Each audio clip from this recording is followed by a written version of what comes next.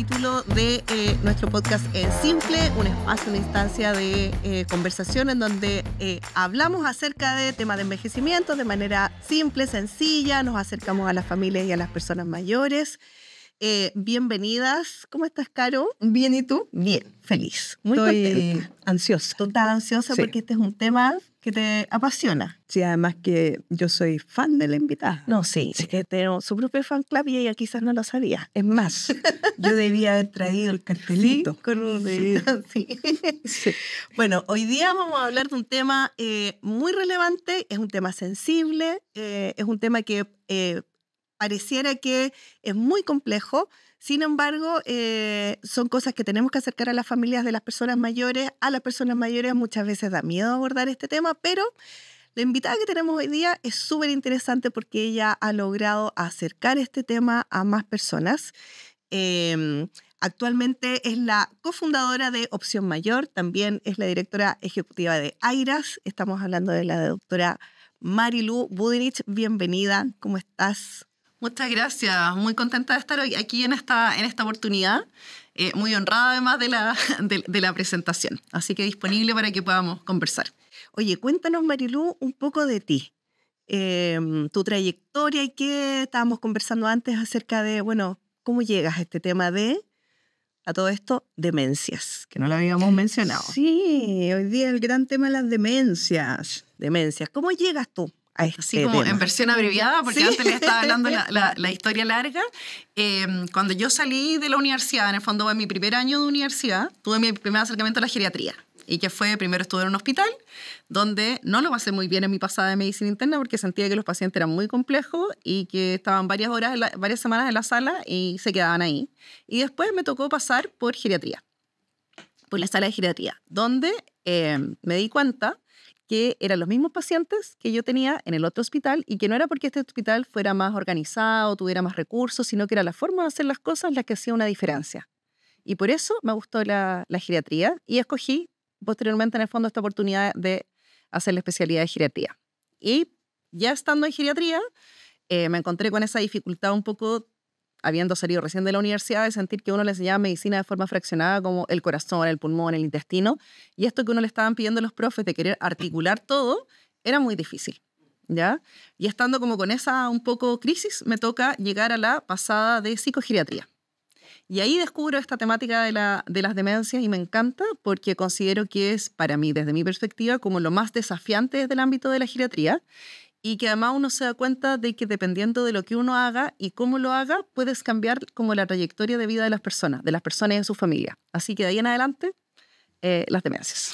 Oye, qué interesante porque particularmente yo conociendo la historia de Carolina también, que tiene una mirada muy similar con respecto a esto de lo que tú puedes hacer y que puede cambiar la vida de las personas con demencia. Absolutamente, absolutamente. O sea, tú puedes empezar a conocer a la persona mayor. Yo observo bastante a las personas mayores, en especial cuando están con algún grado de demencia, y he tenido la capacidad y un poquito como entre la suerte, los dones y todo eso, de poder evitar sintomatología, de validar las emociones, de un montón de cosas que han hecho que mi trabajo sea mucho más sencillo cuando me toca trabajar con alguien o con un grupo de personas que tienen demencia. Yo te quiero dar un dato. Dale. ¿Ya? Voy a leer esto. Yo Sí, sé que nuestra productora se enoja y todo, pero imposible que me lo aprenda. Según el MinSal, el año 2022, el 8% de las personas mayores de 60 años vive con algún grado de demencia. Eso, así como calculando, y aproximadamente son 228.000 personas mayores, lo cual, que si bien el 8% es poquito, 228.000 personas son muchas personas. Y por ende es un tema del cual hay que ocuparse. Sí, muchas familias también. Pues, o sea, muchas familias. Aquí, bueno, y aquí por eso tenemos a la doctora Marilu, porque en realidad para hablar de este tema primero hay que empezar, lo primero es lo primero. ¿Qué es la demencia? Ya, cuando nosotros hablamos de demencia, y que ahí aclaro también porque hoy en día se habla de demencia o trastorno neurocognitivo mayor. Esos dos términos son los correctos, ¿ya? Y son como igualmente válidos. Cuando yo digo que una persona tiene una demencia, estoy diciendo que tiene una afectación cognitiva de alguna de sus habilidades cognitivas, y ahí importante hacer la salvedad que uno siempre dice, por ejemplo, la memoria. Pero las habilidades cognitivas son mucho más que la memoria. Tenemos el lenguaje, el cálculo, la capacidad de toma de decisiones, la capacidad de organizar. Entonces, que se afecta una de estas actividades, en el fondo uno de estos dominios, y que repercute sobre la capacidad de la persona de desempeñarse en su día a día. En el fondo, ¿qué es? Afectación entonces cognitiva de al menos un dominio que repercute en la funcionalidad de la persona. Ese es como, de ahí estoy partiendo. Y que esto es adquirido. Esta persona no era así y ahora está así.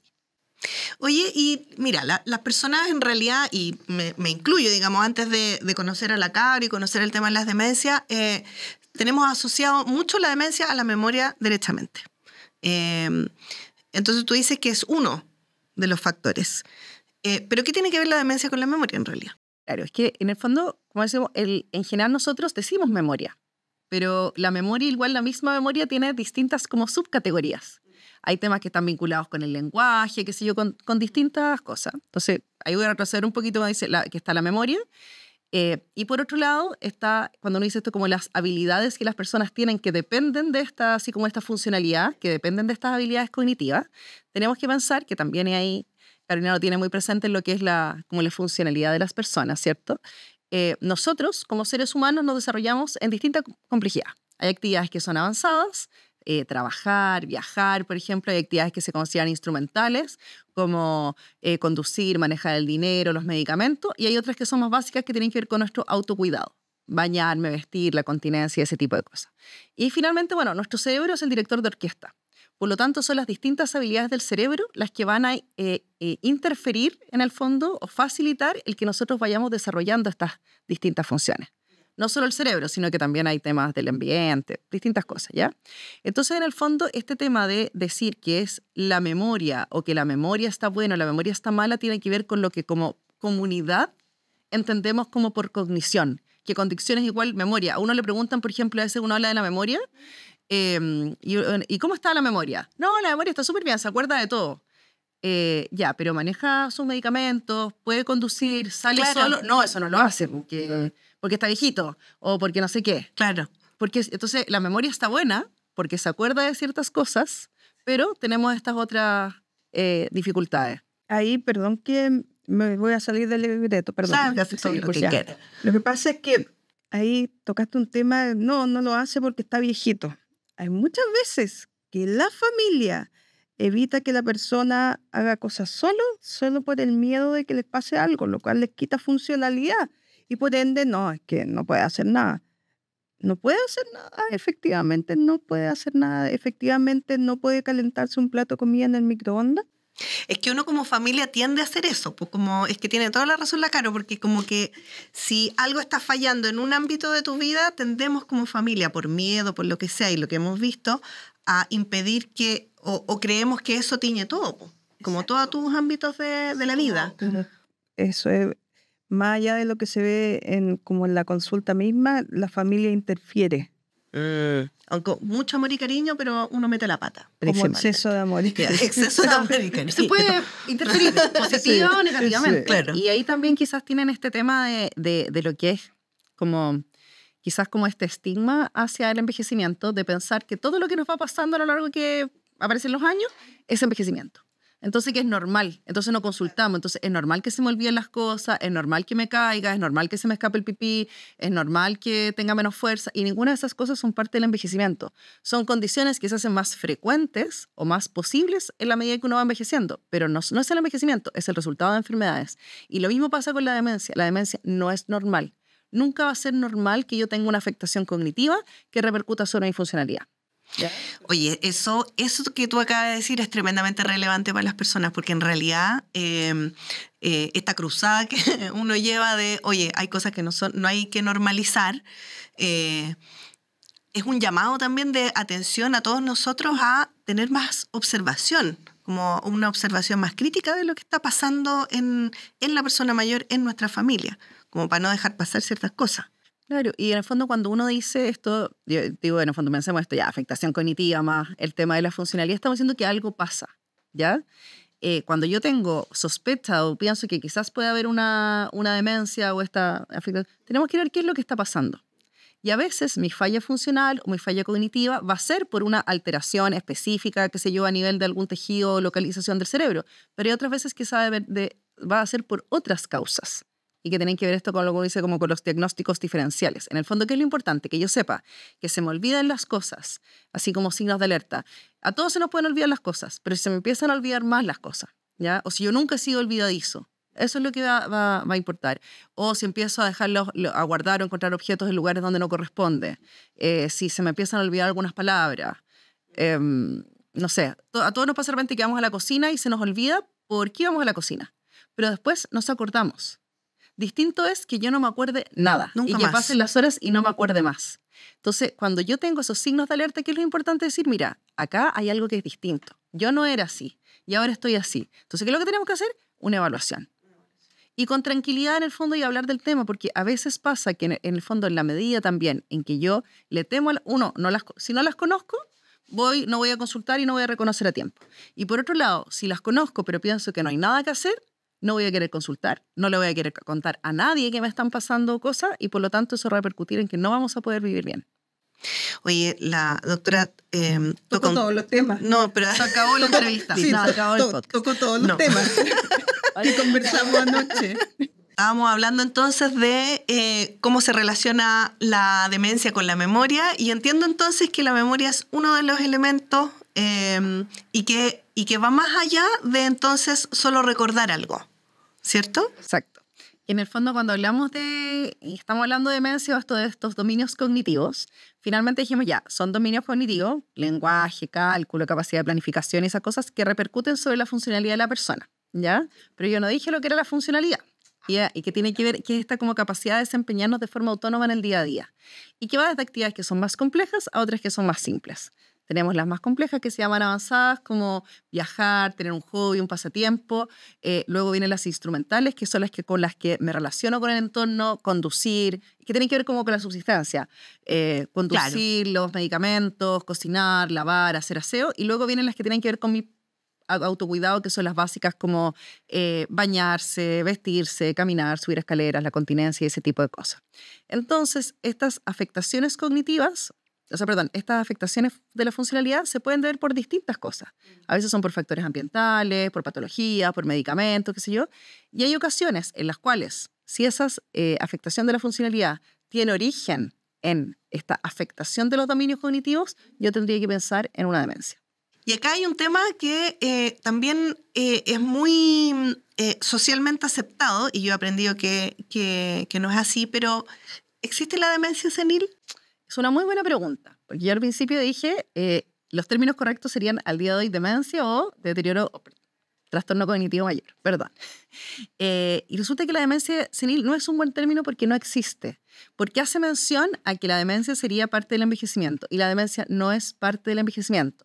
La demencia es más frecuente a medida que la población envejece. A mayor edad tengo mayor riesgo de tener una demencia, pero nunca va a ser normal.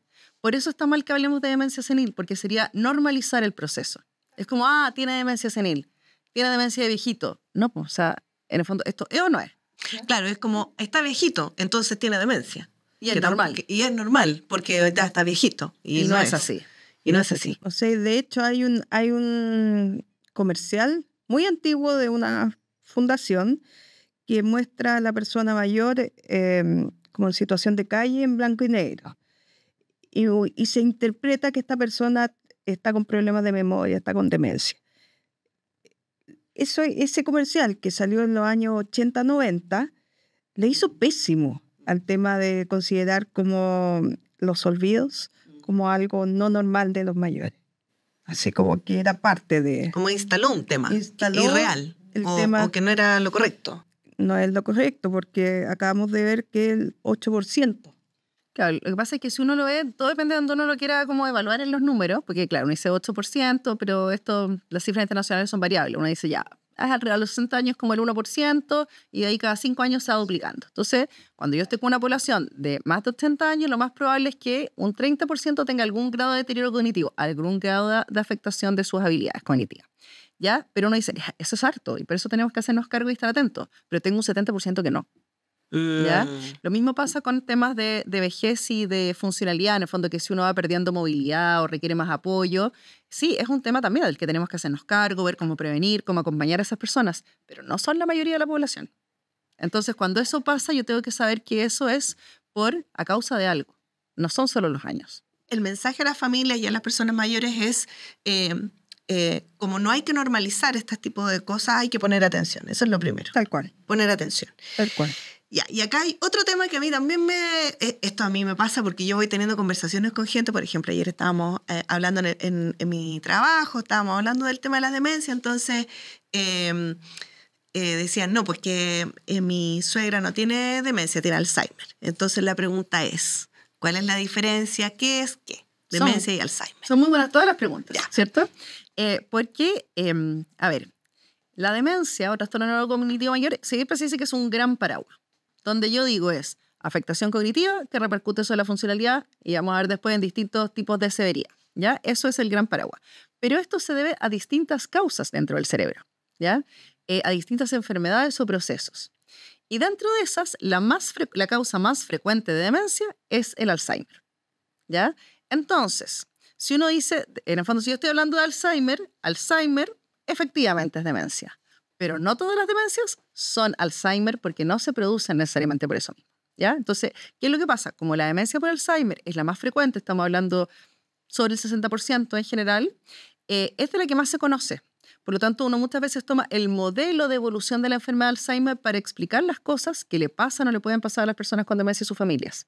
Pero no a todos les va a pasar necesariamente lo mismo. Y no todos van a partir con la misma, por decirlo, enfermedad o patología en el cerebro. ¿Ya? Ya, ok. O sea, las mismas áreas del cerebro. Los síntomas son distintos entre una demencia y otra. Claro. Los primeros sí. Como son progresivas, los síntomas van cambiando, pero para adelante se tienden a encontrar. Claro. Y que en el fondo tiene que ver, los síntomas que va a tener la persona dependen más que de la patología, de si yo tengo un prión, tengo un amiloide, o tengo una proteína tau o cualquier otro nombre raro. Depende de la zona del cerebro que está afectada, cuáles son los síntomas que yo voy a tener, ¿ya? ¿Y qué es lo que pasa? Que estas distintas condiciones, como dice Carolina, van evolucionando comprometiendo distintas áreas. Entonces, por ejemplo, hay un compromiso que se da en la enfermedad de Alzheimer que uno diría como típica, en que partimos por el hipocampo, por la zona en la que está en el fondo el tema de la memoria, y por eso uno habla de la falla de memoria, pero después se va avanzando al lenguaje, al reconocimiento de caras, reconocimiento de objetos, distintas cosas. Y esas cosas, en el fondo como esos cambios que se van produciendo en el tejido cerebral, son los que van explicando los distintos síntomas que van apareciendo. Que al principio no sé, al principio eran algunos olvidos, pero después ya se me empezaron, olvido de esto, después se me empezaron a olvidar quizás algunas palabras, después ya no reconocía tanto a las personas, después me empezó a confundir, y eso tiene que ver con las áreas que se van afectando. Esos son como los síntomas que uno tiene que ir identificando entonces, o sea, los síntomas o los signos, como una persona, yo como un familiar de una persona mayor, o yo persona mayor, ¿cuáles son como las cosas que yo tengo que mirar y poner alerta? Primero saber en el fondo que así como todos envejecemos y el cuerpo efectivamente va cambiando con los años, y tenemos esta cosa que es como cambios que uno se llama como fisiológicos de la vejez, que es como que aparecen y nos afectan los distintos sistemas y órganos, pero que no necesariamente repercuten o de gran manera o en condiciones normales en el funcionamiento. Lo mismo pasa en el cerebro. En el cerebro se producen algunos cambios que serían como normales o esperables para la edad. ¿Qué cosas pueden ser? Por ejemplo, que mi velocidad de procesar alguna información sea un poco más lenta, ¿ya? Que me cueste más de repente concentrarme en alguna cosa. O, por ejemplo, yo voy a tener la capacidad de mantener la atención, pero la atención sostenida en el fondo, o atención, si me están hablando de varias cosas a la vez, probablemente me cueste más hacerlo. Eso es esperable. Claro, ya. Eso podría pasar. Eso ¿ya? Podría pasar, ya. Puede que me cueste o me demore más en aprender alguna cosa, pero no significa que no la pueda aprender. ¿Ya? Entonces, lo más importante es que yo debería poder seguir haciendo lo que he hecho el resto de mi vida. Quizás me voy a demorar más en algún proceso, pero mi funcionalidad debería ser la misma. ¿ya? Entonces, en el fondo, si yo empiezo a sentir que empiezo a olvidar algunas fechas, algunos compromisos, que olvido algunos objetos, tú no vas a decir, oye, pero es que eso nos ha pasado a todos. Sí, a todos nos pasa. A mí me pasa siempre y toda la vida. Y ahí es importante, por eso es importante saber cómo he sido yo. Si lo que me pasa es lo que me ha pasado toda mi vida, es parte de mi personalidad. ¿Ya? Por ejemplo, a mí se me olvidan las llaves en todos lados, siempre se me pierden las cosas. Ya, eso es parte de mí. Pero si empiezan a pasar cosas distintas con mayor frecuencia o empiezan a tener repercusión en la calidad de vida de esas personas, porque se empieza a meter en aprieto, o por ejemplo personas que han sido súper ordenadas con sus cuentas, que de repente resulta que ya no tenemos el mismo orden, o se me olvida pagar las cuentas, o empiezo a tener más dificultades cuando me expongo a alguna nueva situación, por ejemplo, o tengo una situación de estrés, me tiene que llamar la atención. Si no me puedo manejar igual como yo lo hacía antes, me tiene que llamar la atención. No necesariamente va a ser una demencia. Lo que estamos diciendo es que no es normal. Entonces veamos qué pasa, porque pueden ser distintas cosas que vamos a tener que descartar. Y una pregunta ahí que tiene que ver con, veo eso. ¿A dónde va la gente cuando tiene estas señales de alerta? ¿A qué me dedico? Porque de repente a mí también me han preguntado, ¿para dónde voy? ¿Voy al geriatra? ¿Voy al neurólogo? ¿Voy al psiquiatra? ¿A dónde va la persona cuando ve eso? Ya, ahí hay distintas como respuestas. Ya, primero que nada, hoy en día existe un GEST, Alzheimer y otras demencias. ¿Ya? Entonces, en el fondo, si yo, así como tengo dudas, no sé, si yo me atiendo a nivel del servicio público y tengo alguna queja de memoria, yo puedo acceder a través, digamos, de mi equipo de cabecera, que no necesariamente a través del control del médico, sino que al que le haya tocado atenderme, transferir que tengo queja de memoria. ¿Qué es eso se llama? Yo tengo queja de memoria. Queja de memoria. Ya. Entonces, cuando yo tengo una queja de memoria, hay ciertas cosas que uno va a proceder y se van a realizar desde esa instancia. ¿Ya? Y hay cosas que las puede hacer el médico no especialista o el equipo no especialista y otras que van a ser, digamos, como del especialista. Luego, si uno dice, mira, sabes que yo, dentro de lo que sería como la libre elección, quiero ir al especialista o quiero saber con quién atenderme, va a depender, efectivamente, dentro de las especialidades que más trabajamos con el tema de las demencias, está neurología, que es como lo clásico, y también está la geriatría y la psiquiatría. ¿Ya? Perfecto. Cuando uno le pregunta y uno dice, mira, ¿sabes qué? ¿A quién voy? ¿O por dónde parto? ¿Por dónde parto? Si es una persona que tiene algunos signos de alerta, como pudiese ser alguna alteración motora, ¿ya? ¿Qué es alteración motora? Pérdida de fuerza, dificultad para caminar, cambio quizás en la percepción, en la visión, ese tipo de cosas, en el fondo uno piensa que puede haber alguna patología neurológica que esté explicando este tema como más específico, algo. O sea, como va en esa línea, uno pensaría en el neurólogo. Perfecto. ¿Ya? Si tengo un tema que es que no hay muchos signos así como neurológicos, que es más bien solo de la conducta, de ideas extrañas, que si yo, uno podría ir por el lado de la psiquiatría. Y desde el punto de vista como general de la geriatría, claro, yo soy geriatra, entonces uno va a hacer la recomendación amplia. Pero en el fondo, en el caso del geriatra, uno puede consultar. Y en general, ¿qué personas se benefician más de la atención, así como específica del geriatra? Si es que toman varios medicamentos, si es que tienen más edad, si tienen varias patologías o si tienen los síndromes geriátricos, si están con alteraciones de sueño, trastorno de la marcha, trastorno del ánimo, algún déficit sensorial, dificultad para ver, para escuchar, o tienen varias patologías. En general, esos son que uno diría, mira, ¿sabes qué? Partamos por el lado del geriatra. Pero hoy en día, como esto es en el fondo GES, debiese ser que si yo me acerco dentro de mi sistema de salud y digo que tengo una queja de memoria, se me canalizara por esa línea, digamos, a nivel público-privado, el flujo de cómo actuar ante la queja de memorias. Ya, perfecto. Hoy, perdón, me quedé con una duda en eso. Entonces, la persona mayor en un sistema privado, ¿toma ahora con quién? ¿Con medicina general? Y dice, estoy con... Si fuera también así como en el contexto del así como algoritmo GES, debería ser por esa línea también. ¿Ya? Pero claro, uno conoce, en mi caso, uno conoce mejor cómo funciona el sistema público de atención, y en el sistema privado tiene que ver como con los algoritmos que tenga digamos, como cada preafiliación de salud. ¿Ya? Lo importante, yo creo que desde uno en el fondo es saber cómo tengo que consultar. Tengo un médico de cabecera, consultaré a mi médico de cabecera. Si no sé, y también tiene que ver dónde yo estoy, con quién me puedo evaluar. Si soy una persona más bien joven, por ejemplo, de menos de 60 años, probablemente, y estoy pensando en una queja de memoria, eso es derivación a neurología. Ya, acá hay un tema, porque quiero dilucidarlo. La demencia, como no está asociada a la vejez, entonces personas pueden desarrollar demencia en cualquier edad. Sí, es más frecuente, eso sí, se considera, digamos, como, en general es como de los 60, 65 años, es como lo que uno diría como de inicio, se me fue la palabra normal, pero si es antes de los 60 años, o para alguna otra también, antes de los 65 sería como de inicio temprano. Entonces, en esos casos también uno va a pensar en otras patologías, ¿ya? Asociadas a... Claro, porque finalmente lo que yo les decía es, tenemos que ver qué es lo que está pasando en el cerebro. La causa. ¿Cuál es la causa? Sí, entonces, ya. en el fondo, para uno inclinarse, mira, sabes que esto puede ser por un Alzheimer o puede ser por una enfermedad por cuerpos de Levy o frontotemporal, qué sé yo, va a depender de lo que uno recopile, tanto de la historia de la persona, del examen, de la imagen. Eso. Oye, y por ejemplo, ya me voy a ir a mí, yo veo tele, ¿ves? Entonces me gusta la tele. Bruce Willis tiene una demencia. Entiendo que esa es frontotemporal, ¿o no? Bruce Willis es frontotemporal. Sí, Creo que eso salió publicado. Eso es lo que salió Sí. publicado. ¿Y cuál es la diferencia? ¿Qué características tiene eso?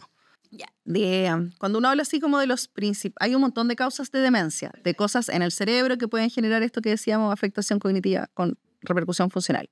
Dentro de las más frecuentes, dijimos que estaba la enfermedad de Alzheimer, ¿ya? Después vendría la, digamos, como de causa vascular, ¿ya? Y que ahí compite, se dice como está la vascular y está habla por cuerpos de Levy, y luego sería la frontotemporal. Esos son como los 4 grandes grupos, siendo que hay subtipos y un montón de otras cosas. La demencia frontotemporal en general se caracteriza porque hay atrofia o afectación de la parte frontal, la delantera del cerebro, claro, y de los lóbulos temporales. Dependiendo de la zona también que esté afectada, si es más, por decirlo, más de afuera o más adentro, en algunas personas va a tener más afectación de conducta, que puede ser desinhibida, y en otros puede ser más apatía. ¿Ya? Y en otros va a repercutir quizás más la parte del lenguaje.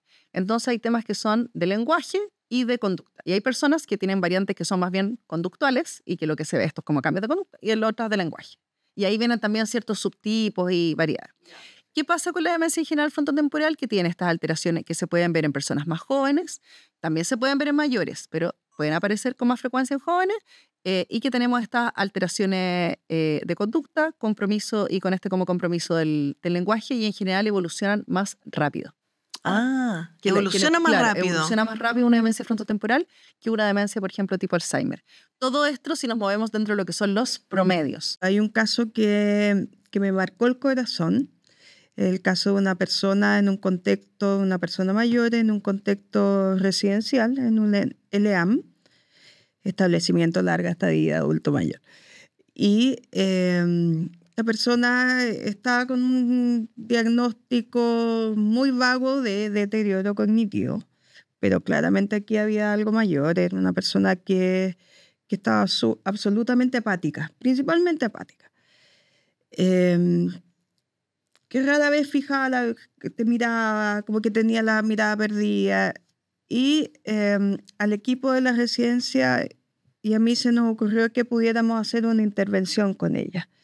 Y hicimos un delantal como de estimulación cognitiva que tenía un montón de otras como cartas para la reminiscencia. La verdad es que estábamos en un proceso muy creativo. Y con ella hicimos varias sesiones. Y en la sesión 3, ella reconoce este delantal y dice, ¡oh, el delantalcito! Y todo así como, por suerte que tenemos esto grabado, porque de verdad que es algo que nadie podría creer. En la sesión 5 o 6, no sé por qué me tocó hacerla a mí sola, no estaba la terapeuta ocupacional. Yo empecé a mostrarle tarjetas con imágenes de personalidades conocidas a nivel internacional y nacional. Le mostré una carta del Papa, Juan Pablo II. Y me dice, ¡oh, el Papa! Sí, el Papa. Y yo vine a ver al Papa cuando estuvo acá en Chile. Así le dije yo. ¿Y con quién fue a ver al Papa? No, fui con los chiquillos. Y fui con mi marido. Y ella, primera vez que hablaba de su marido. En los 3 años que estuvo, primera vez que hablaba de su marido. ¿Así? Sí, me dice. Y había un montón de gente. Ay, había un montón de gente, le digo yo. Sí, un montón de gente. Y ahora viene el Papa Nuevo Chile. Y yo así como, al borde de la lágrima. Sí, pues le digo, ahora viene el Papa Nuevo Chile. El Papa Francisco, ¿ves? Sí, le digo yo. Terminamos de hacer toda la intervención y un ciclo de video y la verdad es que a uno le cuentan y uno lee los libros que este tipo de cosas cuando la gente se puede conectar pasa, pero cuando pasa en tu oficina uno como que me voló el cerebro. Y cuando nos tocó editar el video y mostrar como todo el avance que hubo con ella, de no conversar las primeras 2 sesiones así como, ya pues señora, deje de hablar más o menos. Mi marido lo editaba porque él es informático y yo lloraba y me decía, no entiendo por qué llorar. Es que tú no entiendes el trabajo que hay aquí detrás. Tremendo, tremendo. Es que ahí claro, es como... Porque Marilu hablaba del cerebro, así como muy biológicamente, y es impresionante entonces la capacidad que tiene el cerebro de sobreponerse a una enfermedad de este tipo. Es que en el fondo ahí también tiene que ver un poco quizás en poder entender, como por eso les decía, cuando uno piensa esto es como en la sospecha o cuando uno ya consulta o qué cosas hay que estudiar o en qué cosas tiene que fijarse, porque son muchas cosas las que repercuten en la funcionalidad de las personas. Entonces eso va a ser importante al momento del diagnóstico y también en el seguimiento. Porque si no pasa que uno dice, es que tiene una demencia o tiene una enfermedad de Alzheimer o tiene no sé qué, y eso explica todo. No, las personas con demencia también les pasan otras cosas. Por lo tanto, yo no le puedo echar toda la culpa de lo que le pasa a la persona a la demencia o a la enfermedad en particular que tenga, sino que tengo que ver qué es, porque claro, yo tengo esta persona que si uno lo ve así como desde que tiene esta patología, sí, pero tenemos que ver cómo está interfiriendo su ambiente social, su ambiente físico, su misma, en el fondo, salud, los medicamentos que utiliza, otras cosas en su funcionalidad. Entonces, claro, yo el cerebro no lo voy a poder mejorar desde el punto de vista, esa partícula va a seguir alojada en ese lugar, pero ya hay un montón de otras cosas sobre las que sí puedo intervenir. Entonces, cuando uno está partiendo, yo siempre digo esto, es como se hace este ejercicio a nivel del diagnóstico, de limpiar qué es lo que está pesando cada cosa, pero eso tiene que ser a lo largo de toda la trayectoria, para ver en el fondo, porque uno de los mayores errores que nosotros podemos tener es decir, es que esto es por la demencia, la señora. No, quizás a la señora le faltan unos lentes, quizás está con hipotiroidismo, puede que tenga demencia igual, pero esa demencia que tiene de base, si yo le agrego que la persona está deprimida, que no tiene una rutina estimulante, que está utilizando antipsicóticos, fármacos para dormir, que está con la glicemia baja, que está con la presión baja, que su rutina es pobre, que está con las cortinas cerradas, todo eso suma para ese resultado que yo estoy viendo ahora. Entonces, cuando yo voy a intervenir, intervengo sobre todos estos factores. No necesariamente estoy haciendo que se deposite menos partícula en tal parte del cerebro, pero estoy interviniendo sobre todo lo que puedo intervenir. Oye, qué lindo eso, porque, tú me has contado varios casos que tienen que ver un poco con humanizar lo que le pasa a la persona con demencia, ¿no? No es solamente la enfermedad, sino que todo lo que te pasa alrededor, que finalmente es lo que nos pasa a todos como humanos diariamente. O sea, tiene que ver con, no sé, si te cambiaron de lugar, tu cosa favorita. Yo en particular, mi abuela, la mamá de mi mamá, tenía demencia, tipo Alzheimer. Y estoy aprendiendo. Y claro, ella además tenía diabetes. Pero además ella vivió muchos años en Brasil. Se tuvo que ir para acá, pero ella amaba vivir ahí con su marido. Y por distintas razones no pudo seguir viviendo sola. Entonces, claro, mi abuela tenía esta enfermedad, pero además le pasaron un montón de cosas que nadie recordaba, que no eran como parte de la normalidad de un ser humano. O sea, no tener dónde vivir y tener que vivir donde tus hijas no es lo que una persona quisiera. Entonces, claro, hay días que andaba malas pulgas, y andaba malas pulgas porque ya se le había olvidado si en la casa de mi mamá, en el cajón de arriba, guardaba su ropa interior, o en la casa de mi tía la guardaba en el closet de al lado. O sea, era mucho cambio. Pero además tenía diabetes. Y además se le olvidaba que tenía diabetes. Entonces ella quería comer chocolate, pero que mi abuela era seca para la mermelada, el chocolate, los dulces. Entonces, claro, lo que tú dices tiene mucho sentido, porque efectivamente a nosotros, que como familia quizás no lo tuvimos tan claro en ese minuto, se nos olvidaban esas cosas. Entonces, claramente era muy difícil el manejo con ella. Y ahora que tú lo dices, me voy acordando de temas muy complejos que tienen que ver con humanizar a esa persona que está sufriendo una enfermedad. A él y a su entorno también.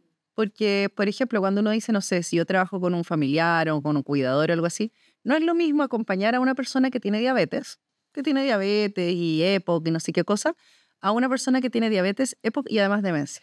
Porque la capacidad que va a tener esta persona con demencia, ojo que, como hemos dicho, hay distintos niveles de severidad, digamos, en la evolución, va, sobre todo a partir como de etapas moderadas, tiene más dificultades para contarnos qué es lo que le pasa, para poder seguir indicaciones, para poder adherir a ciertos tratamientos. Entonces la situación se hace mucho más compleja. Entonces eso significa que nosotros también como sistema tenemos que acercarnos de forma distinta a estas personas. Porque si en el fondo si ofrecemos el mismo cuidado o le exigimos lo mismo a uno que a otro, la situación que están viviendo no es la misma. Su glicemia son 2 personas con la misma edad y los mismos diagnósticos y la misma glicemia, pero el abordaje tiene que ser distinto. Qué heavy. ¿Sabes que anoche hablaba con una doctora? Porque la verdad que las preguntas las han mandado como los mismos médicos aquí en el Colegio Médico Regional Santiago. No hemos dicho, que estamos aquí. Sí. Y me decía que cuando ella era chica, su abuelita veía que habían unos monos en la pieza. Y me decía, pero ¿qué hace uno ahí? Así como, ¿cómo enfrentar los síntomas psicológicos y conductuales? Entonces, yo le dije que de alguna manera que lo último que había que hacer era como orientar a la realidad y decir como desde lo racional, señora, ¿a dónde van a entrar unos monos a su pieza? Sino más bien como acompañar la emocionalidad y un poco validar esta emoción, que es lo que indicaría Naomi Feil, que es una escritora, psicóloga y trabajadora social muy conocida en el área y que falleció el año pasado. Sí, falleció el año pasado, pero que ella habla mucho como de validar las emociones para evitar como la continuidad del síntoma psicológico actual. ¿Qué otras cosas se pueden hacer en ahí eso? Yo creo que es súper importante y que no lo dije al principio también, en esta así como ir repitiendo, dijimos, afectación cognitiva que repercute en la funcionalidad y que además se acompaña en una gran medida de lo que son lo que dijo Carolina recién, los síntomas psicológicos conductuales asociados a demencia. Porque como mi cerebro es mi director de orquesta, yo siempre digo, si mi cerebro falla, la música, que es nuestra conducta, se va a alterar. Entonces, mi conducta empieza a cambiar. Entonces, cuando hablamos de estos síntomas psicológicos conductuales, es muy importante abordarlos porque se dice que casi más del 90% de las personas en algún momento va a tener alguno de estos síntomas. Y estamos hablando de alucinaciones, que es ver cosas que no existen, ¿cierto? Ideas delirantes, en el fondo pensar cosas que no existen, inquietud motora, alteraciones del sueño, euforia, apatía, hay una lista grande de trastornos del sueño, ¿ya? ¿Y qué es lo que pasa? Que esos síntomas suelen ser muy disruptivos para el entorno y son unas cosas que más le molestan y le preocupan al entorno. Y de hecho muchas veces la gente consulta por eso. No consulté porque mi mamá se extravió. No consulté porque dejó de usar dinero. No consultó porque dejó de hacer las cosas que le gustaban. Nada de eso me llamó la atención. Pero cuando empezó a hacer cosas raras, esta no es mi mamá. ¿Ya? ¿Y por qué? Yo no hice. ¿Y cuándo partió este cuadro? Ahora que salió a la calle en pijama, ¿será hoy día? Porque a veces, porque en el fondo la demencia no parte de la noche a la mañana.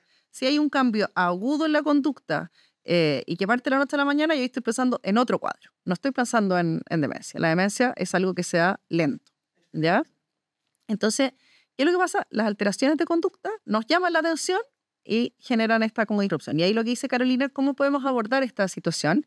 Ahí es súper importante conocer como la biografía, primero como la biografía de la persona. ¿Quién es esta persona que yo tengo al frente? Lo que tú decías, o sea, qué cosas le importaban, qué cosas le gustan, para tratar de entender lo que le está pasando.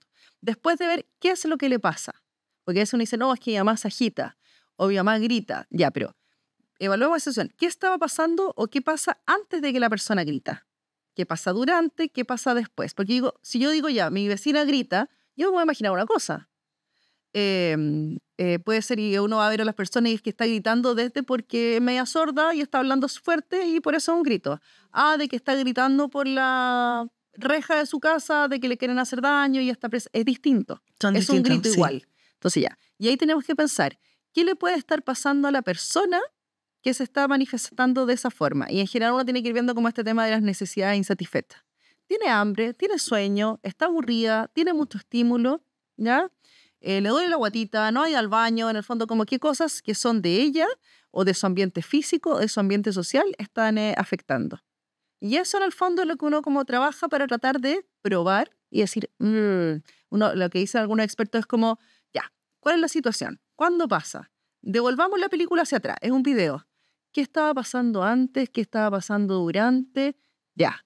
Y en general el abordaje de estas situaciones que uno por un lado va a tratar de prevenirlas, tratando a la persona de mantener como sus necesidades satisfechas en cuanto a las necesidades biológicas, emocionales, de entretención, que sí, ese tipo de cosas. Y luego, cuando estas cosas pasan, ver cómo evitar que sigan increciendo y por otro lado ver cómo las podemos aplacar. Pero como dice Carolina, en general tiene que ver cómo la persona no tiene la capacidad para adaptarse a eso que está sintiendo y lo empieza a manifestar con esto, con disconfort, con movimiento, con tocar, y ahí somos nosotros los que nos tenemos que... Nos tenemos que educar, nos tenemos que educar, también. Nos tenemos que adaptar y empezar a probar. Y generalmente, cuando uno mira así a las personas, las familias, y uno logra hacer este como switch, empieza a darse cuenta, pero ¿qué es lo que está detrás de esto? Sí. Porque, no sé, ahí, ejemplo, uno puede acordarse un montón de cosas. No sé, me acuerdo siempre un señor que nos decían, es que la noche se levanta y se quería trabajar. Y empieza con que se quería trabajar, ya. ¿Cómo entender ese tema? Bueno, este señor fue vendedor viajero, entonces se despertaba cuando era de noche y qué sé yo. Entonces, la intervención que uno hace va desde lo que a la persona le haga sentido. Entonces, hay medidas que son generales para todos. Que uno dice, ya no sé, higiene, como cuando uno habla de la higiene del sueño, la alimentación, que a todos nos sirven. Y uno siempre efectivamente las va a tratar de instaurar. Y luego viene esta como personalización para ver qué es lo que le hace sentido a cada persona. Pero hacer eso no es fácil. No, pues peluísimo. No es fácil porque tiene que ver, no necesariamente por la dificultad de entender, sino porque implica un cambio de conducta mía, del entorno. Pero cambiar conducta es difícil. Y además, tener siempre presente que los síntomas psicológico-conductuales no son por joder. O sea, que pasaba mucho en la residencia donde yo trabajaba. Señora María, siéntese, ¿se quiere caer? No, claramente la señora María se para porque es normal pararse. Acompáñela, le decía yo, acompáñela a caminar un ratito. ¿Qué le cuesta? Sí, porque si tú no hacías que la señora María se fuera a caminar, iba a quedar la escoba. Lo siguiente era que iba a quedar la escoba.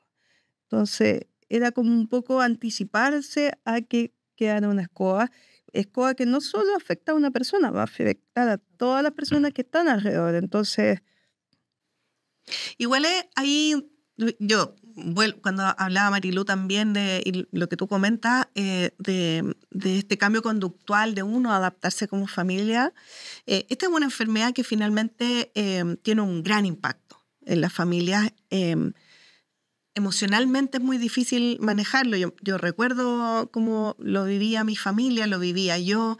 Yo personalmente viví muchos momentos con mi abuela en donde tratar de tener la perspectiva para entender que eso que me está diciendo no necesariamente me lo está diciendo con maldad o me lo está diciendo porque me odia o porque me quiere hacer daño, sino que es parte de su enfermedad, es muy complejo. O sea, yo me acuerdo que mi abuela en algún minuto le decía a mi mamá, por ejemplo, que yo como que incluso me dolía, porque en un minuto le dijo, si hubiese sido por mí, yo no las hubiese tenido usted. Entonces, claro, para una hija que está haciendo todo lo posible, por favor, para que su mamá esté bien, que le digan eso, yo decía, más encima le están haciendo daño a mi mamá, era como, ya. Pero entendía también que mi abuela estaba muy enamorada de su marido y se murió muy tempranamente. Entonces ella lo extrañaba mucho. Y extrañaba mucho cuando eran jóvenes, antes de tener a las niñas, a mi mamá y mis tías, porque estaba muy enamorada nomás. Pero es muy difícil. Entonces, ¿qué camino tiene que tomar la familia? ¿Cómo avanzamos con eso? ¿Cuáles son las recomendaciones? Me estoy saliendo un poco de la pauta, pero... Creo que hay un tema que es personal, uno que es familiar y uno que es como de comunidad. O sea, que nosotros estamos hablando de estos temas es súper importante. O sea, decir ya, esto pasa. y de cómo vamos construyendo también, porque cómo yo apoyo a ese familiar o cómo apoyo a este como cuidador o referente de la persona, porque se ha visto en el fondo que una persona que cuida a otro, que tiene sus necesidades satisfechas, es una persona cuidada en mejores condiciones. O sea, la calidad de vida de las personas con demencia depende directamente de la calidad de vida de sus cuidadores o de su entorno de apoyo. Entonces, en el fondo, es como nosotros como comunidad, como equipo de salud también, y equipos sociales en general, nos vamos haciendo cargo de que estas otras personas o colaborando puedan seguir participando. Puedan, en el fondo, que yo, y esto quizá ahí me salga un poco de lo más clásico de lo médico, pero cómo vamos trabajando por esto que se llama las comunidades más amigables. Que a veces uno habla de comunidades amigables con los mayores, comunidades amigables con las personas con demencia, con las personas, con los niños, con las personas con necesidades especiales, pero finalmente es que seamos más amigables con todos. Porque en la medida que yo como comunidad voy entendiendo que a veces hay personas que tienen algunas dificultades cognitivas o funcionales o que pueden tener alteraciones de conducta y cómo yo respondo a esa situación, eso va a significar también, por ejemplo, que esa familia esté más confiada o se sienta más segura cuando va a un espacio público. Y que no tenga miedo de que les vaya a pasar algo, de cómo los vamos a acoger. Entonces yo creo que efectivamente hay una transformación como sociedad que, claro, demora, pero que tenemos que ir en esa línea. Y desde el punto de vista, digamos, como de la persona que cuida, que ojalá uno no sea un cuidador, sino que uno habla de como esta persona de apoyo, de referencia, porque en las etapas iniciales uno no necesita un cuidador, necesita alguien como que esté ahí presente. En etapas más avanzadas probablemente sí va a necesitar alguien que se haga cargo de las cosas que tú no puedes hacer y que tenga este rol más de cuidado directo. Entonces, en el fondo, por un lado está, como decías, en el fondo esto de ir el conociendo, el capacitándonos, el educándonos, el sensibilizando, pero también ir cuidándome yo en la medida que puedo, en el fondo, cuidando también mi salud mental, viendo cuáles son mis necesidades, cómo me articulo dentro de mi red. Porque a veces pasa que, y esto implica, es desafío para las familias porque a veces yo tengo una persona que vive con la persona con demencia o que se hace cargo como de cierto cuidado. Y hay otros que están a la distancia, qué sé yo, y también hay temas de ver cómo cada uno puede participar. De qué forma puedo turnar, cómo vamos a organizar los recursos y entender cómo a veces yo puedo ayudar a otro. Y de que esa misma persona se deje ayudar o diga cuáles son sus necesidades. Porque lo típico es como, ya, yo te puedo ayudar en esto, pero finalmente, ¿en qué necesitas tú que yo te ayude? Claro. Te hago las compras, quieres que me quede cuidando la mamá para que tú vayas a tal cosa. Entonces, efectivamente es un proceso. Y en el fondo, el vivir con demencia requiere de un acompañamiento, de un equipo que esté ahí, digamos, como apoyándonos en distintos niveles. Entorno. Sí, mira, yo quiero decir algo que siempre me ha hecho mucho ruido. Típico que en la cotidianeidad uno se topa con comentarios de uy, se me olvidaron las cosas, ya llegó el alemán que me dio Alzheimer, como si fuera algo, como la talla, como si fuera algo súper gracioso, pero yo nunca he escuchado a una persona decir me duele una pechuga, me llegó el cáncer de mama. Bueno, claro. El otro comentario es igual de inadecuado, es igual de doloroso para la familia y además que para el Alzheimer ni siquiera hay morfina. Claro, no hay nada que hacer. Es como, dejemos de hacer esos comentarios. Esta es mi cámara. Dejemos de hacer estos comentarios porque en verdad es dolorosísimo para la familia. Sobre todo cuando, yo creo que ahí también, sobre todo cuando tú no sabes si en este grupo hay alguien que está cuidando a alguien con demencia. Exacto. Que te puede doler, pues, ¿cachai? Y también hay otro tema que tiene que ver con, que yo también lo he visto, y es, hay un grupo de personas que está cuidando a la persona con demencia o está apoyándola en este proceso. Y hay otras personas que están mirando de afuera. Y las personas de afuera tienden a tener una opinión y al borde de la crítica muchas veces critican las decisiones que toma la familia con respecto a lo que pasa ahí. Y ahí, fome. Guárdesela. Fome, porque yo me acuerdo que alguien como de afuera le decía a mi mamá, no, es que ustedes no deberían hacer eso. Y yo decía, mi mamá está 24/7 con esta señora, que es mi abuelita, que yo la quería tanto, pero que me trata pésimo ahora. Y que porque además mi abuela cada vez que yo iba decía que yo le robaba después. Entonces después empecé a cachar que cuando yo iba como que andaba escondiendo sus cosas. Entonces yo decía, mi mamá vive con esto, se levanta y se acuesta con mi abuela con esto, tiene que lidiar y hay otra persona que no hace nada y que critica. Y es penca, po. O sea, este es como el llamado, no critiques si no saben. No sé si está bien decirlo o no, pero pucha que es doloroso cuando alguien está lidiando con algo todos los días y alguien te dice, no, que lo estoy haciendo súper mal. Mira, hay una pregunta que me pasaron ayer. Cuando una persona tiene Alzheimer, ¿sí o sí vamos a ir a una residencia de personas mayores? No. ¿Qué es la indicación o qué es lo mejor? No. En el fondo ahí también va a depender, primero, como decíamos, en esta evolución de la demencia, en etapas, ¿cierto? En las primeras etapas las personas pueden tener, como decíamos, algunos olvidos, qué sé yo, algunos olvidos de fecha, de compromiso, dificultades en lo que se llaman estas actividades como más instrumentales, que decíamos el dinero, los medicamentos, pero son independientes en todo lo que es como su autocuidado, bañarse, vestirse, ese tipo de cosas. Y siempre se va a afectar lo más complejo primero. O sea, por ejemplo, uno habla del transporte, los medicamentos afectan antes que otras cosas que son más domésticas de la casa. Y esa afectación además es progresiva. En el fondo no es como que uno de un día para otro vaya a dejar de hacer las cosas. Entonces, yo tengo cierta dificultad y tenemos que ver cómo con mi ambiente social y con mi ambiente físico, en el fondo, no sé, con iluminación, con claves, con organización, la idea es que nosotros favorezcamos que esa persona se pueda seguir desempeñando lo mejor que pueda, de la forma más segura, de la forma más satisfactoria el mayor tiempo. Y esto va a seguir avanzando y van a aparecer luego otras dificultades, por ejemplo, donde ya las personas todavía tienen la habilidad, por ejemplo, para vestirse, para bañarse, para ir al baño, pero se desorganizan, ¿ya? Entonces, por ejemplo, no sé, pues me pongo la polera al revés o me enredo cuando voy al baño. No es que no pueda hacerlo, pero necesito algunas claves. O me baño sola, pero me echo el champú en la cara, el hipogloss en los dientes, porque son ese tipo de dificultad. Entonces, claro, se afecta mi autocuidado, pero no es que no pueda, necesito un apoyo, ¿ya? Entonces, uno siempre habla como que al principio necesito supervisión, es como uno siempre dice, primero los ojos, hay gente que necesita que la vigilen, después otra que con la boca le digan, oye, mira, mejor esto que esto otro, y lo último son las manos, que alguien haga las cosas por mí, ¿ya? Oye, qué buena la forma en que lo estás explicando, ya. Sí, es que me sí. encantó, los ojos, la boca y después vienen las manos. Entonces, en ese ir las manos, y entendiendo que a veces hay personas que van a tener, en algunas cosas van a necesitar más ayuda que en otras. Y después ya, en etapas más avanzadas, las personas ya requieren apoyo en todo lo que es como sus actividades de la vida, en vestirse, en bañarse, y que también es progresivo, ¿eh? No significa que la persona llegue a hacerle de todo. Claro. A veces va a poder colaborar más, eso en tema de la continencia. Y al final siempre lo que se dice es como que el cerebro, como se ha ido afectando en forma progresiva, independiente de la patología que haya de base, finalmente es como que dicen que al cerebro se le olvida decirle al cuerpo qué es lo que hay que hacer. Y empiezan a aparecer las alteraciones motoras en etapas más avanzadas. Entonces puede que yo tenga dificultades para caminar, temas de continencia, ya tengo menos lenguaje, puede ya tener casi total o mucha dificultad para poder entender lo que pasa en mi entorno. Y es una persona con una demencia severa, ¿ya? Y ahí también pueden aparecer ya en etapas más avanzadas dificultades, por ejemplo, como para tragar. Y que es porque ya mi cuerpo está absolutamente como desorganizado. Eso en el contexto de una enfermedad degenerativa como puede ser el Alzheimer y que es algo que ha ido pasando en el tiempo.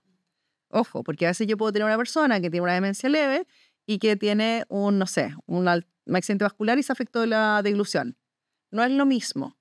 No es lo mismo cuando esto es así. O sea, siempre hay que ver la historia completa, ¿ya? De cómo va. Porque además a las personas con demencia que van avanzando así de a poquitito, si de repente se enferman, si tienen una infección urinaria, si se caen, se van a pegar un bajón abrupto. Y la demencia no empeora de un día para otro tampoco. Entonces ahí yo tengo que ir, ¿qué es lo que está pasando? Para ver si puedo volver siempre estoy pensando cómo puedo volver hacia atrás. No estoy mejorando la demencia, pero sí estoy viendo que hay otras cosas que le pasan a esta persona que hace que empeore más rápido. Perfecto. ¿Ya? Entonces, en esa etapa ahora llegamos a la etapa final. Antes a uno siempre, y hay unos videos que son bastante buenos, pero que llegan a esa parte. Claro, dice, al final la persona va a estar postrada, qué sé yo, con una sonda y como así dobladita, qué sé yo, pero eso no es necesariamente así. Porque cómo la persona va a llegar a esta misma etapa con todas estas dificultades, pero cómo llegue va a depender de los cuidados y las facilidades de acompañamiento que se le dieron. Entonces ahí me ha tocado ver personas que efectivamente no comprenden mucho, tienen poquito lenguaje, pero que tienen un entorno que favorece todavía su caminata y que todavía, por ejemplo, son continentes. No porque se den cuenta ellos de cuando tienen que quieren orinar o quieren tener posiciones, sino porque su entorno, como tienen una rutina donde las comidas son por horario y lo llevan al baño por horario, la persona sigue yendo al baño y no usa pañal, por ejemplo. Perfecto. ¿Ya? Entonces, en el fondo, o personas que efectivamente no están postradas en su cama porque han seguido levantándose, quizás ya no caminan, pero tienen una vida que se llama como de cama a sillón. Entonces, en el fondo esto no es como que este es el futuro y así va a ser. O sea, efectivamente esto va a regresar. No es como, uy, qué divertido, qué bueno va a ser, no. Pero en el fondo es como que hay muchas cosas que nosotros podemos hacer para vivir mejor con esta condición. Y por eso es muy importante, y ahí le hablo yo a la cámara, que al día de hoy, en el fondo, uno pensaría que es terrible que uno le diga, mira, su familiar tiene una demencia, no hay nada que hacer. Siempre hay cosas que hacer. Nosotros no vamos a curar la demencia, pero hay muchas cosas que podemos hacer para que esa persona viva mejor y para que usted que la está acompañando también pueda vivir de mejor manera. No, súper clarísimo. Sin embargo, hay gente igual que decide ingresar a la residencia y ahí siempre la pregunta es cómo saber elegir. Y desde mi experiencia es libre ingreso en visitas, poder acercarse a los comedores y ver qué están comiendo. Bueno, obviamente que se vea limpia, que se vea ordenada y que finalmente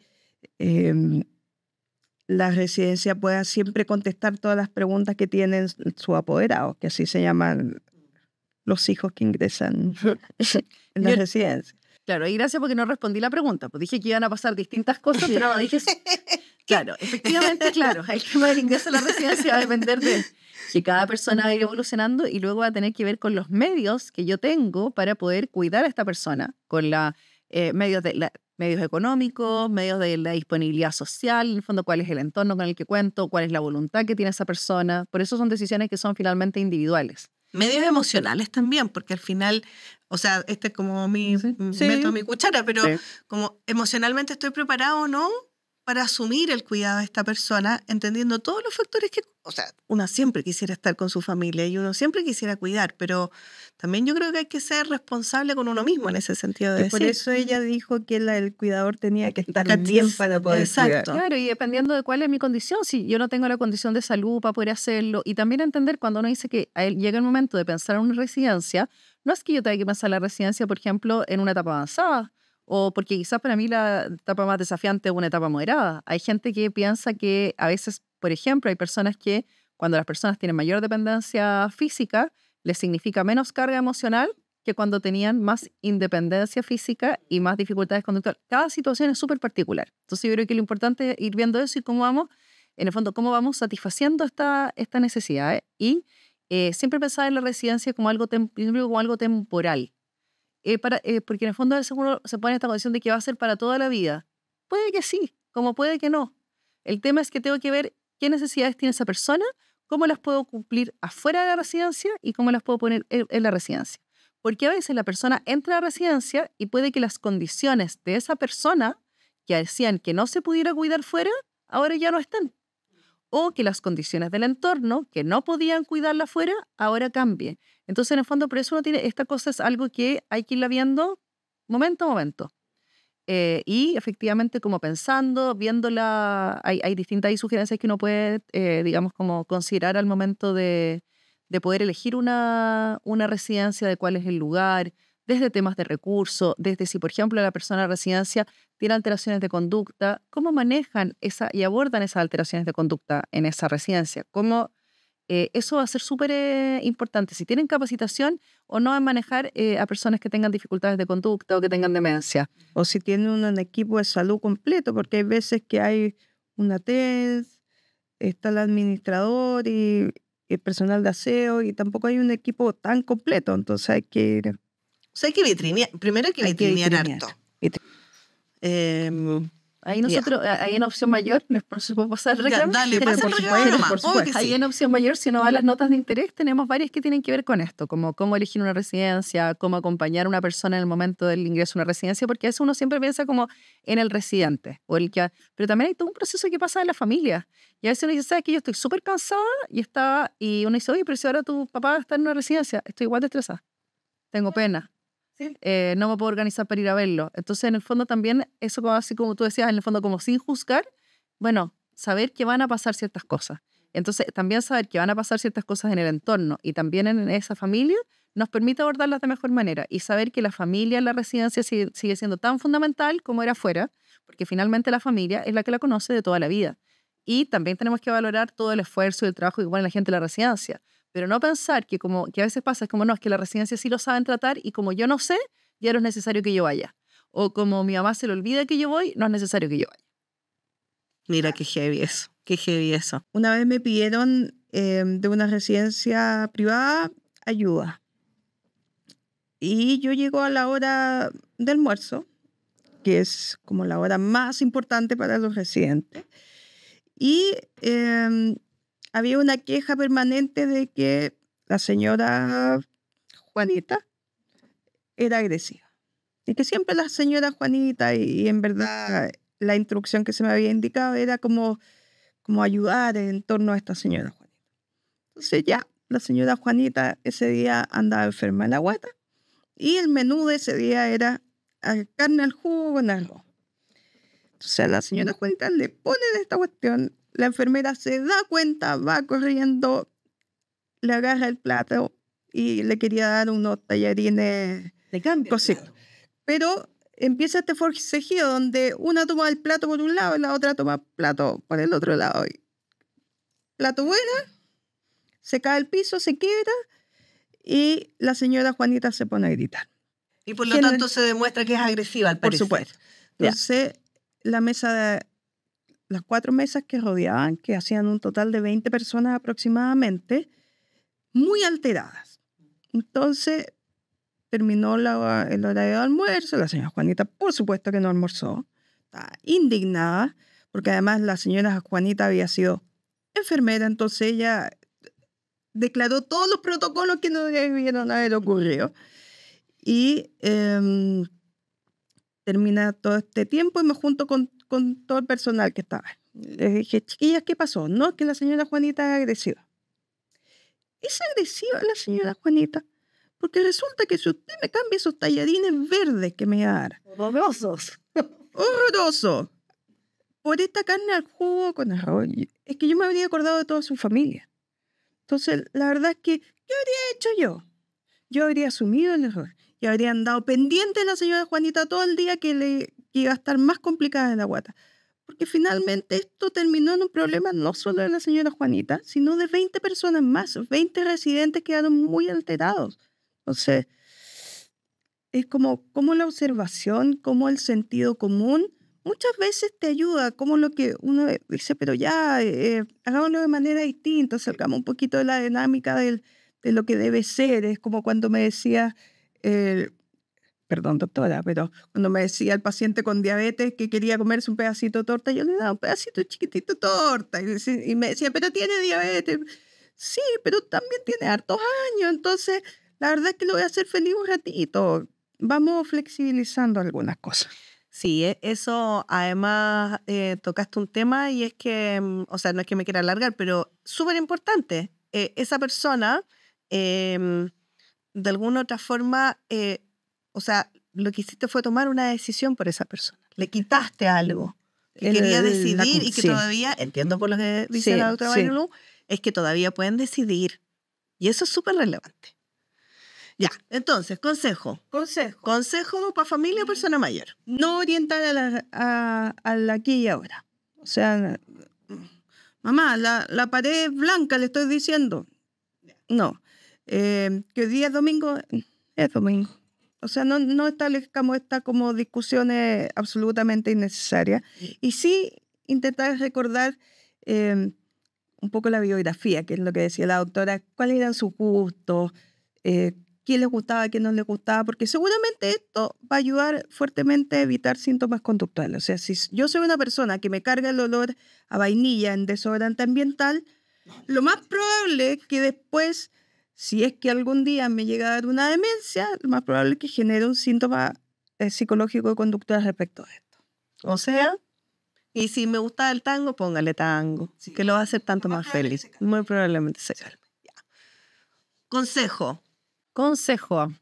¿Algún tip? Sí, algún tip. Bueno, yo creo que lo primero es que entre todos, que esta situación no es fácil, pero que podemos vivir mejor y que se puede vivir mejor con demencia. Yo creo que eso es así. Y en esa línea, así como decía quizás Carolina, de esto de no llevar la contra, cada intervención va a depender de, digamos, como de un momento. En algunos casos, efectivamente, las personas sí vamos a poder recordarlas y traerlas a la hora y eso les va a generar confort.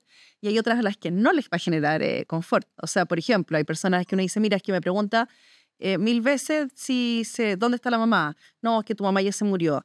Ya, si yo le doy esa respuesta y ella se queda tranquila, estupendo. Le voy a dar esa respuesta y se la voy a dar 1000 veces. Pero si yo me doy cuenta que le aclaro esa realidad, como dice Carolina, y resulta que le genera una pena, y cada vez que le recuerdo eso mismo genera un micro duelo, la respuesta tiene que ser otra. Y no lo estoy traicionando, sino que en el fondo lo estoy ayudando a sentir el confort. Entonces, conectarnos con las necesidades que tienen esa persona, conectarnos con las necesidades que tenemos nosotros y también pensar desde cada lugar donde nosotros podemos estar, cómo podemos ayudar a que esta situación sea mejor para todos. Yo me quedo con decirle a las familias y a las personas que están viviendo una situación que es importante hablarlo. Yo creo que cuando las personas hablamos acerca de lo que nos pasa, muy probablemente encontremos a alguien que nos ayude, encontremos información. Bueno, acá la doctora hablaba de opción mayor. Muy probablemente encontremos un entorno que nos pueda aportar algo. Entonces, hablemos acerca de envejecimiento, hablemos del tema de las demencias, consulta al médico, como decían acá las especialistas, y por último decirle a las personas mayores que existen opciones, como decía la doctora Marilú, hay espacios en donde pueden ser muy bien acogidos. El Colegio Médico, que hoy día nos acoge también, un espacio donde tiene talleres y apoyo de todo tipo para que ustedes vengan a todos los colegiados. Agradecerles a ustedes por el día de hoy. Muy interesante. Ojalá sigamos conversando acerca de otros temas. Y bueno, agradecer al Colegio Médico por su patrocinio y permitirnos estar acá en la sala de podcast. Que sea un lindo día. Sí, y recordar que el próximo capítulo, cuidados, cuando ir al geriatra. Ahí vamos a tener una doctora, otra geriatra también que nos va a acompañar. Así que nos vemos en un próximo capítulo. Un beso, chiquillas. Gracias, doctora. Muchas gracias. Chao, chao. Chao.